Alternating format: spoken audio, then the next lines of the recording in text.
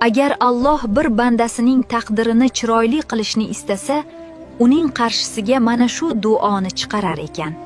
Agar hozir buni tinglayotgan bo'lsangiz, bilingki, nasibangiz tog'lardan oshib, siz tomon kelmoqda. Sizga o'rgatiladigan bu oyatni Hazrat Muso eng nochor, eng ojiz paytida o'qigan.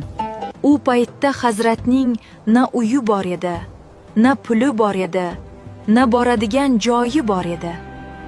Lekin shu duodan keyin Alloh ularga ham uy, ham turmush o'rtoq, ham katta boylik nasib ettirdi. O'sha mo'jizaviy oyat shudir: Robbi inni lima anzalta ilayya min xayrin faqir. Ma'nosi shunchalik chuqurki, Robbim, menga tushiradigan har qanday yaxshiligingga nihoyatda muhtojman. Ushbu videoni yaqinlaringizga yuborib qo'ying. Unutmang,